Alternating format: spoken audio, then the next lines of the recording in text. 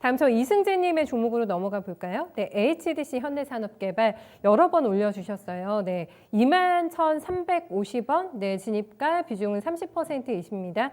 정말 안 간다고 네, 눈물 표시 남겨주셨는데 그 정도 답답함을 가지고 계실 만큼의 정말 움직임이 조금 있어요. 최근에 오늘도 주가 또 하락입니다. 1.4% 밀려나면서 21,150원인데 빅딜이 노딜로 종결이 됐잖아요. 아시아나 포기했잖아요, 운용원님. 그리고 나서 이제 계약금 2,500억 원이나 되지 않습니까? 예. 요거를 받을 수 있을지 계속 뭐 지금 뉴스는 팔로업이 되고 있는 상황인데 주가가 완전히 멈춰 있는 상황입니다. 바닥에서 찌끔 올라왔다가 지금 횡보가 너무 길어지고 있는 상황이라서 답답함이 조금 해소가 되실 만한 이제 반등의 모멘텀이 있을까요?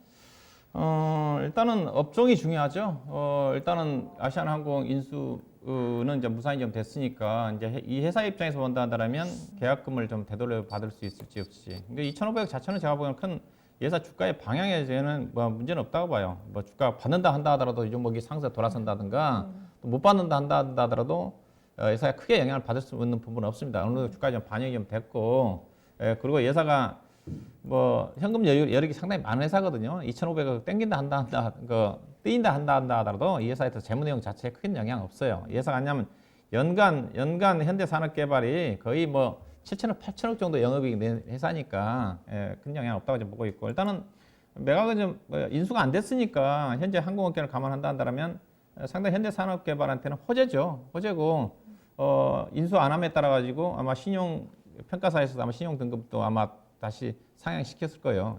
부정적으로 전망 인수에 따른 부정적 전망에서 아마 긍정적으로 올렸을 겁니다. 그럼에도 불구하고 주가가 못 간 이유 자체는 건설업종에 있는 겁니다. 예산 문제만이 아니라 결국엔 본업이군요. 예, 그 본업이죠. 네. 그래서 지금 건설업종이 이 종목만 지금 주가가 그러는 게 아니라요. 건설업종이 지금 주가가 지금 차트로 보게 되면요. 건설업종 지금 월봉으로 좀 보시게 되게 되면 월봉을 좀 보고 계십니다. 저 건설업종 좀 보세요. 이거 뭐 기가 막힙니다. 했어요. 이거 주가요? 그 IMF 주가예요. 월봉으로 따지면. 저는, 업종 지수가 지금 뭐 80이거든요. 저는 100포인트대 저점이라 생각했었는데 지금 80까지 내려왔어요.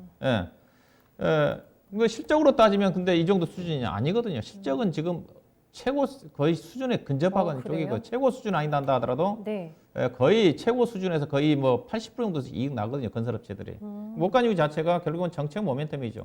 일단 국내 쪽에 건설 쪽은 아파트 분양 시장 자체는 좋습니다. 특히 이제 현대산업개발 같은 경우 거의 아파트 분양이니까 거의 내수적이지 않습니까?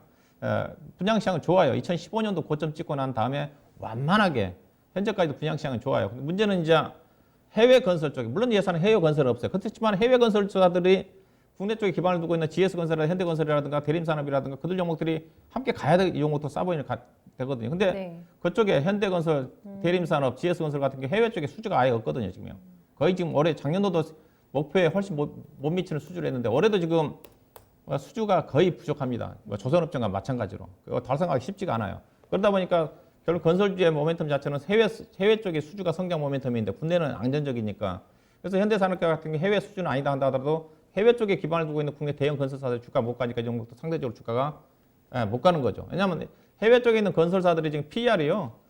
현대건설 같은 경우 지금 7배 정도까지 떨어졌습니다. 과거에 현대건설이 12배 아래로 떨어진 적이 별로 없었거든요. 아이고, 예. 네. 현대건설이 지금 3만 원까지 내려다 보니까, 그다음에 GS건설이라든가 대림산업 같은 경우 주가 수익 비율이 지금 4배예요. 이 종목도 지금 주가 싸지가 않아요. 이 종목도 지금 PR이 4배거든요. 이게 4배 거의 비쌉니다. 이게 무슨 말이냐 이 종목은. 아시아나항공무산과 관련된 부분이 아니라 건설업종의 전체적인 어떤 시장 영향이라고 보시면 될 것 같습니다. 그러면 이 종목은 언제 가느냐? 다른 건설주들에 대한 모멘텀이 부각이 좀 돼야 되겠죠. 이 종목은 실적이 좋다 한다 하더라도 다른 건설주도 마찬가지니까 주가 가기 쉽지 않은 거죠.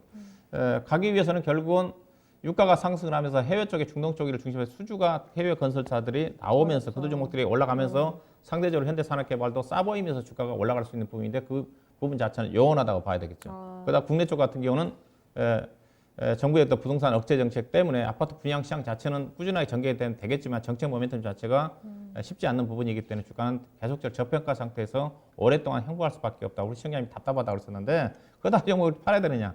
주가가 엄청 싸거든요. 제가 팔란 얘기를 못합니다. 언젠가는 가겠죠.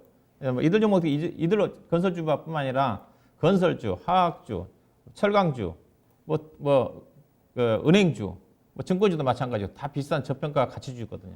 그래서 조금 좀 지리하게 좀 움직임이 전개되지 않겠는가. 일단은 보유 전략은 제시해 드리도록 할 거고요. 일단은 2만 원대는 뭐 내려갈 수 있는 주식은 아닙니다. 플러스 해소가 좀 됐으니까.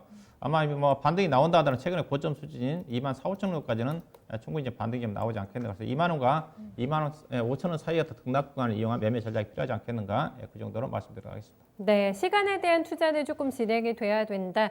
각인 갈 거다. 이렇게 의견을 주셨는데요. 조금 여유 있게 가져가실 수 있으시다면 2만 원 한 중반대 정도까지는 올라갈 수 있다고 하니까 그때 차익 한번 실현해 주세요. 네, 그렇게 정리 나왔습니다.